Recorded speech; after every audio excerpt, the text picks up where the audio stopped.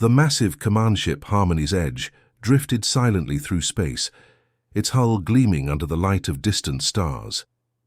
Inside the main conference room, representatives from dozens of alien species had gathered for what should have been a routine military planning session.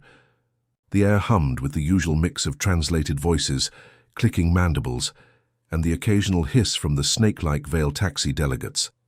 Admiral Kethvar adjusted his position in the specially designed chair that accommodated his reptilian frame.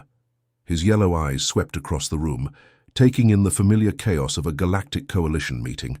The Drakmari warriors were already arguing about battle formations, their red skin flushed with excitement.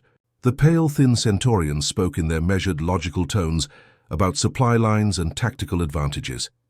Even the ethereal Veil taxi were contributing their mystical insights about the enemy's movements through space. But something was wrong. Terribly wrong. At the far end of the long oval table sat the human delegation, and they were completely silent. Not just quiet, silent in a way that made Kethvar's ancient instincts scream warnings. Captain Kim Soo sat with his hands folded, his dark eyes fixed on some point in the distance that no one else could see. Beside him, Commander Park Hana studied a data pad with an intensity that seemed almost desperate. The other human officers around them maintained the same unnatural stillness. Kethvar had served alongside humans for over 30 years. He had watched them argue passionately about everything from military strategy to the best way to prepare their strange Earth coffee. Humans were loud, emotional, and wonderfully unpredictable. They interrupted meetings with wild ideas, challenged superior officers when they thought something was wrong, and never, ever sat quietly when lives were at stake. This silence was like watching the ocean suddenly stop moving. Captain Kim, General Thraxon of the Drakmari, barked across the table, his voice carrying the confidence of someone who had never lost a battle. "Your species is unusually quiet today. Do the humans have nothing to contribute to our glorious assault on the Void Wraith stronghold?" Kim Soo looked up slowly, his expression unreadable. The human captain was young for his rank, maybe 40 Earth years, with the kind of steady presence that came from making life-and-death decisions in the depths of space. But today, something flickered behind his eyes that Kethvar had never seen before. "We need to discuss this privately with our own fleet first," Kim said simply, his voice carrying none of its usual warmth. The Centaurian delegate, a tall creature with pale blue skin and enormous black eyes, tilted her head in that way her species did when processing new information. "This is irregular, Captain. All strategic decisions are made collectively. Surely your tactical analysis can be shared with the Coalition." Commander Park Hana finally looked up from her data pad. She was smaller than Kim, with sharp features, and the kind of focused intelligence that reminded Kethvar of a predator, calculating the perfect moment to strike. "We respectfully request a temporary recess to consult with our command structure." The room erupted in the expected chaos. The Drakmari saw this as an insult to their military prowess. The Centaurians found it illogical and inefficient. The Veil taxi whispered among themselves in their musical language, their translucent tentacles writhing with what Kethvar had learned to recognize as confusion. But Admiral Kethvar said nothing. He watched Kim Soo stand slowly, his movements careful and deliberate. The human captain's eyes met his briefly, and in that moment, Kethvar saw something that chilled his reptilian blood. Fear. Not the quick, hot fear of immediate danger, but the cold, calculating fear of someone who had seen something terrible and was trying to figure out how to save everyone else from it.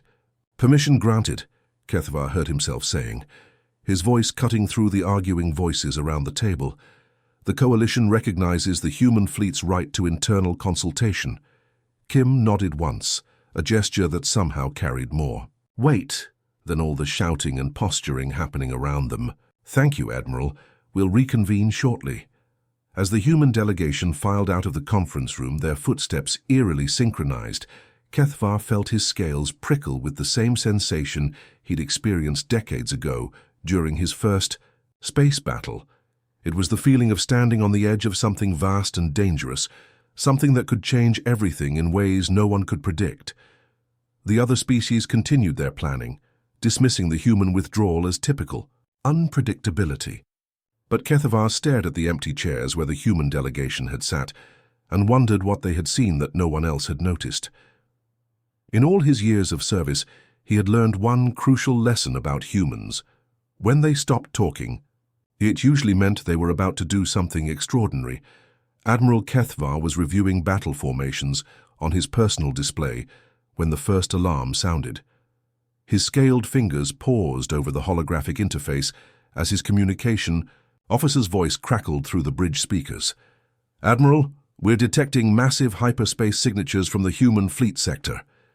Kethavar's yellow eyes snapped to the main view screen, where dozens of pinpricks of light were beginning to flicker and fade. Each disappearing dot represented a human warship jumping into hyperspace. First, the smaller escort vessels vanished, then the massive dreadnoughts that had anchored the human battle line for months.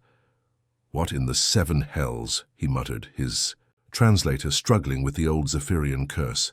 "Get me Captain Kim on the comm immediately." The bridge buzzed with activity as his crew scrambled to establish contact with the retreating human fleet.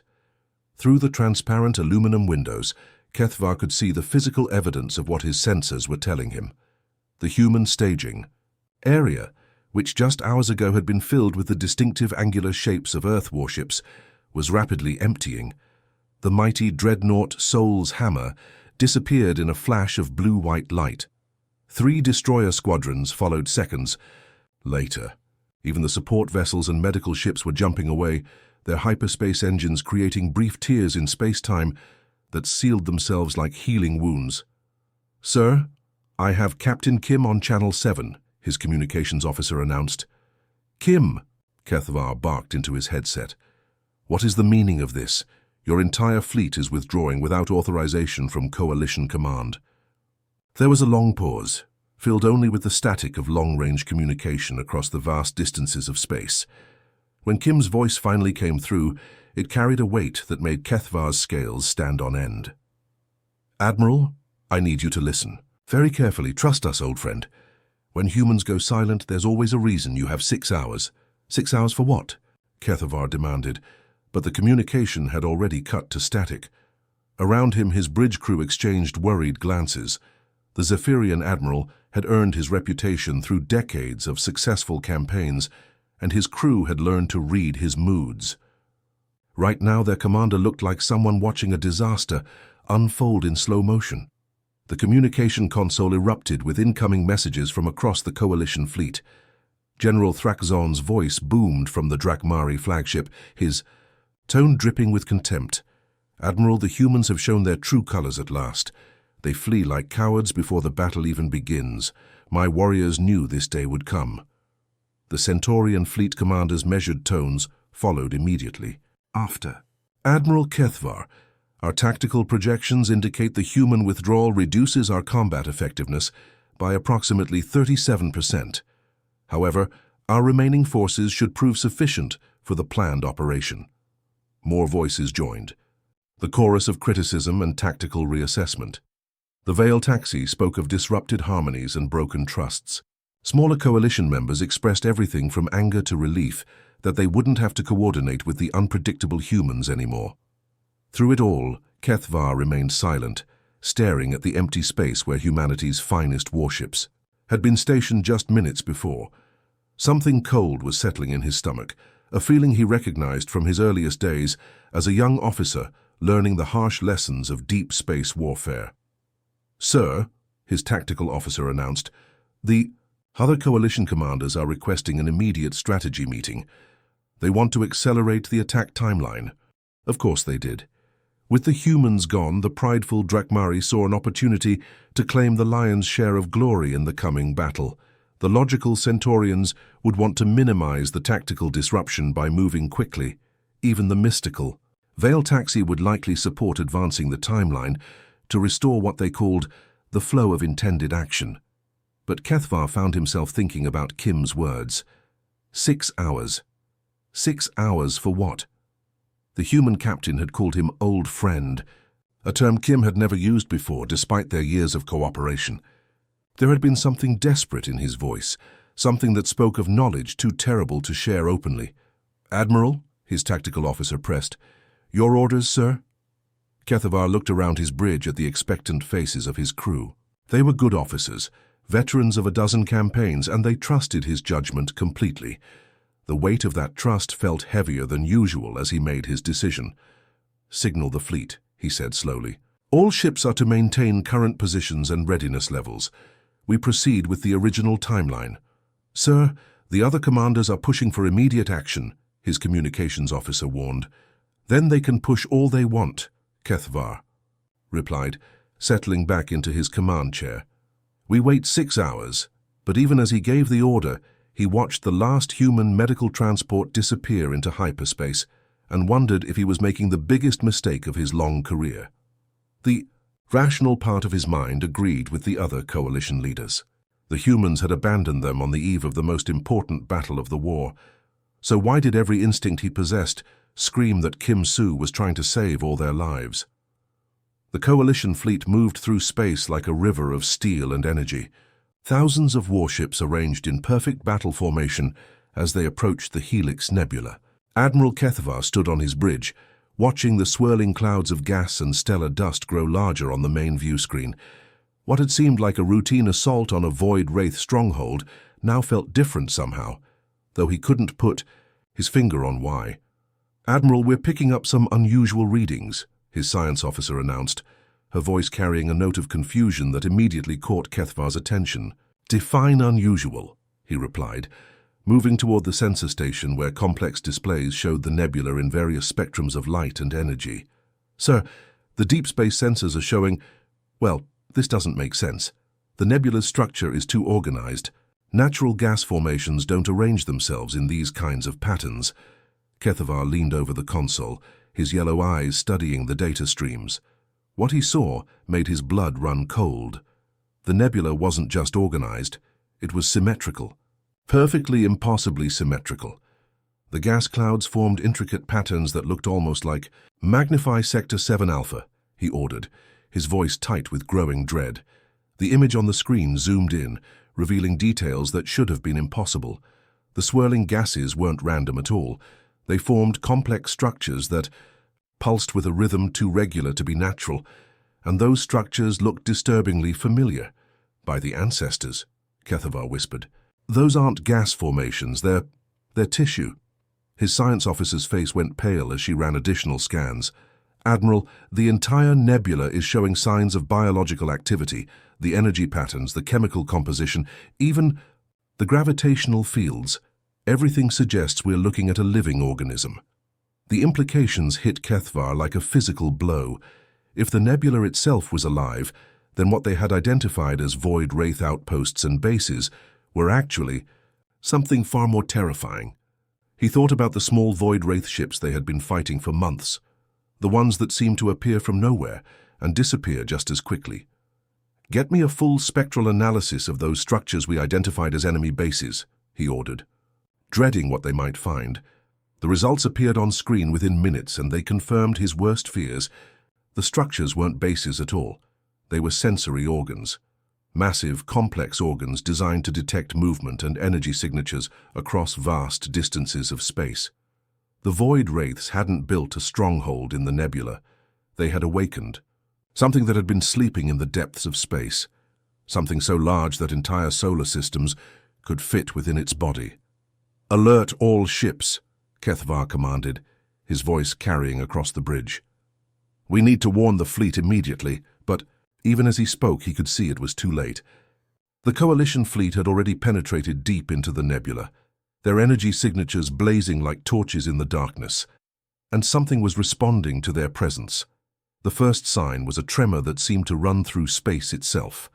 Ships throughout the fleet reported gravitational anomalies, sudden shifts in the local magnetic fields, and strange readings from their navigation systems. Then the nebula began to move. What they had thought were distant gas clouds started contracting and expanding in a rhythm that looked disturbingly like breathing.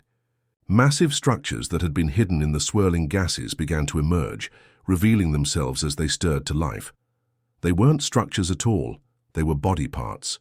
organs the size of moons, appendages that stretched for millions of kilometers, sensory clusters that could detect a single ship from light years away. "Admiral," his tactical officer called out, his voice cracking with fear, "something is emerging from the nebula's center. It's enormous." The main view screen shifted to show the most terrifying sight Kethvar had ever witnessed in 4 decades of space warfare. Tendrils were rising from the depths of the nebula, each one easily the size of Earth's moon. They moved with deliberate purpose, reaching toward the coalition fleet like the arms of some cosmic predator, finally stirring from an eons-long sleep. But that wasn't the worst part. The worst part was that space itself seemed to be bending around these appendages. Reality warped and twisted, creating pockets where the normal laws of physics simply didn't apply. Ships that tried to change course found themselves moving in directions that shouldn't exist. Hyperspace drives activated, but failed to create the familiar jump portals that would carry vessels to safety. "Sir, we're trapped," his navigation officer reported, his voice barely above a whisper. "Whatever this thing is, it's preventing hyperspace jumps. We can't get out." Kethvar felt the crushing weight of realization settle on his shoulders. The humans hadn't abandoned them. Kim Su and his people had somehow recognized what the coalition fleet was flying into. A trap so ancient and vast that it defied comprehension. The small void wraith ships they had been fighting weren't the real enemy at all. They were just parasites, tiny creatures feeding off something infinitely larger and more dangerous. The creature they had awakened was something that treated entire star systems as feeding grounds, and now thousands of coalition ships were caught in its grasp, with no way to escape, and no hope of fighting something that existed on a scale beyond their wildest nightmares. The bridge of Admiral Kethavar's flagship shook violently as another massive tendril swept past, its passage warping space-time around them. Emergency lights cast everything in a hellish red glow, while damage reports flooded in from across the coalition fleet. Ships that had proudly sailed through space just hours before were now being systematically hunted by something beyond their worst nightmares. "Admiral, the Drakmari flagship Blood Honor is reporting critical hull breaches," his communications officer shouted over the chaos. "They're requesting immediate assistance." Kethvar gripped the arms of his command chair as his ship bucked under another gravitational wave. Through the main view screen, he could see the proud Drakmari dreadnought being slowly pulled toward what looked like a massive organic structure, pulsing with bioluminescent patterns. The ship's engines were firing at maximum power, but it wasn't enough to break free from the creature's gravitational grip. "Sir, 3 Centaurian cruisers just went dark in Sector 12, his tactical officer reported, his voice tight with barely controlled panic. "We're losing ships faster than we can count them." All around the bridge, his crew worked frantically, at their stations, trying to coordinate rescue efforts for a disaster that was spiraling beyond their control. The creature they had awakened wasn't just massive, it was intelligent. It was systematically isolating groups of ships, cutting them off from the main fleet before drawing them into what could only be described as feeding chambers. "Emergency broadcast to all ships," Kethvar commanded, his voice carrying the weight of a commander who had finally accepted a terrible truth. "This is Admiral Kethvar to all coalition forces. I was wrong. The humans were right. We are ordering immediate evacuation of all vessels. Repeat, all ships attempt emergency withdrawal by any means necessary." But even as he gave the order, he knew it was useless. The creature's influence extended throughout the entire nebula, creating fields of twisted space-time that made hyperspace jumps impossible. They were trapped like insects in a web, and the spider was getting hungry. "Sir," his science officer called out, her voice breaking with desperation, "I'm detecting massive energy buildups throughout the creature's body. I think it's preparing to feed." The words hit the bridge like a physical blow. Around them, the nebula began to pulse with increasing intensity. Organic structures the size of planets started moving with deliberate purpose, positioning themselves around the scattered coalition ships like a predator arranging its meal. That's when the impossible happened. Blue flashes of hyperspace energy began appearing throughout the nebula, something that should have been completely impossible, given the reality-warping field surrounding them. But these weren't random jumps. They were precise, coordinated arrivals happening exactly where coalition ships were in the most danger. "Admiral," his communications officer gasped, "I'm picking up human transponder codes. It's the entire human fleet. They're back." The main view screen shifted to show a sight that made Kethva's heart skip a beat. Human warships were materializing all around them, but they weren't arranged for battle. Instead, they were positioned for rescue operations, their ships equipped with modifications he had never seen before. Captain Kim's voice cut through the chaos on the emergency frequency, calm and precise despite the nightmare surrounding them. "Coalition. Fleet, this is Captain Kim Soo of the Earth vessel Busan Rising. We are beginning immediate extraction operations. All ships maintain current positions and prepare for emergency towing procedures." "How are you here?" Kethvar demanded over the comm. "Hyperspace jumps are impossible in this field." "We've had 6 hours to study the creature's energy patterns," Kim replied, his voice carrying a hint of the old warmth Kethvar remembered. "Our scientists found narrow corridors where reality is stable enough for short-range jumps. It's dangerous, but it works." Through his view screen, Kethvar watched in amazement as human ships executed the most daring rescue operation he had ever witnessed. They weren't using conventional towing beams, which would have been useless against the creatures, gravitational fields. Instead, they deployed some kind of specialized equipment that seemed to create temporary pockets of normal space-time around trapped vessels. Commander Park Hana's voice joined the rescue coordination frequency. "Zephyrian flagship," we're reading. "Critical stress fractures in your hull. Prepare for emergency extraction in 30 seconds. How is this possible?" Kethvar asked, watching as a human destroyer positioned itself dangerously close to his ship. "We've been studying this creature for weeks," Park replied, her voice tight with concentration as she maneuvered her ship through impossibly twisted space. "When our deep space scouts first detected the anomalies, we knew something was wrong.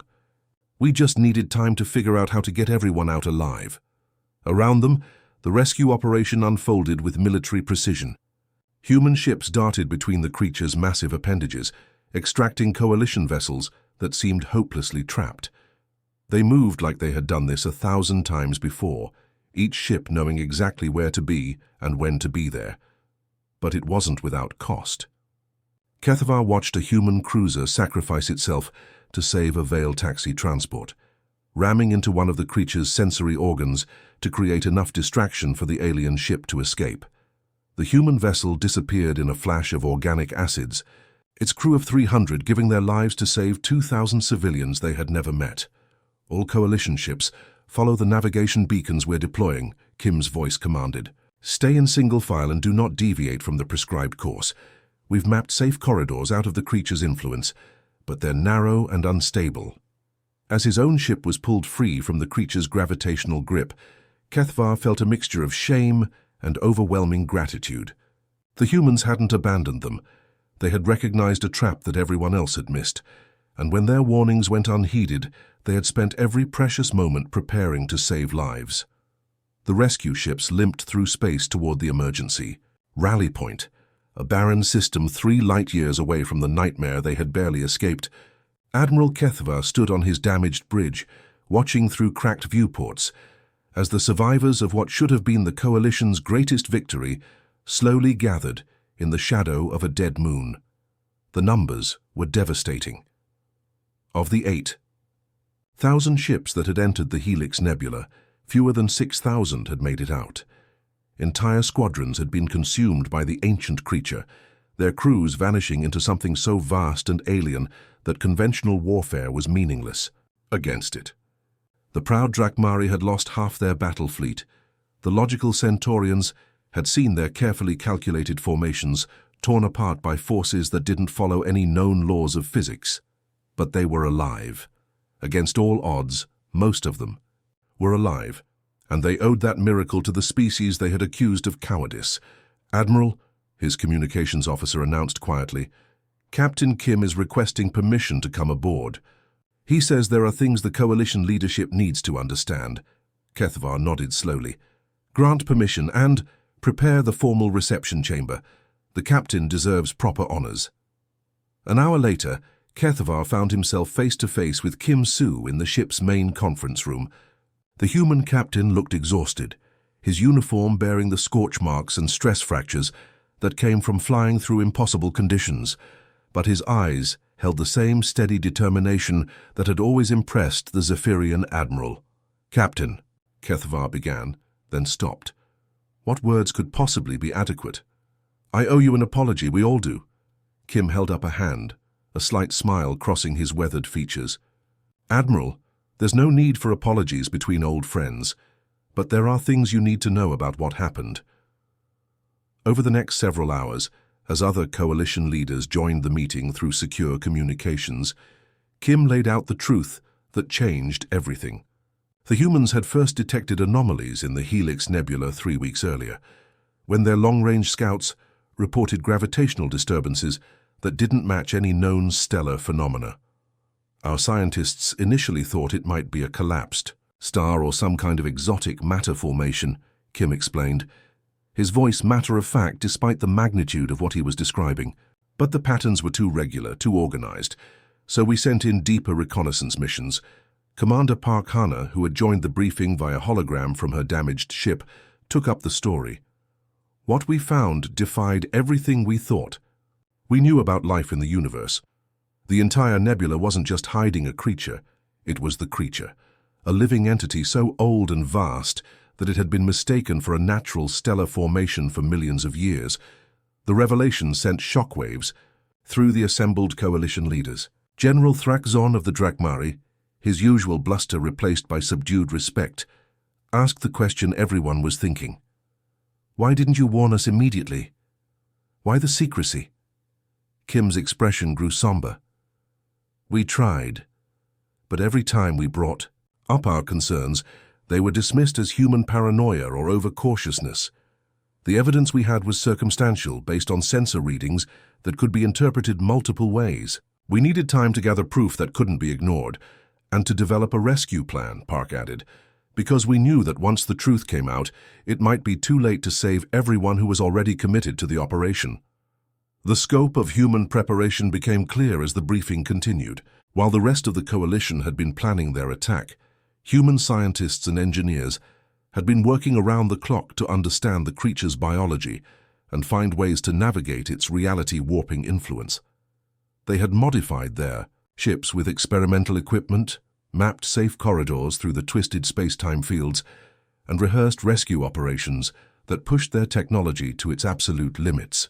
"We learned something important about friendship during our early space exploration," Kim said, his voice carrying the weight of hard-won wisdom. "Sometimes the most loving thing you can do for someone is to stop arguing with them and start preparing to save their life." The silence that followed was broken by the Centaurian fleet commander, her logical mind finally grasping the full implications of what had happened.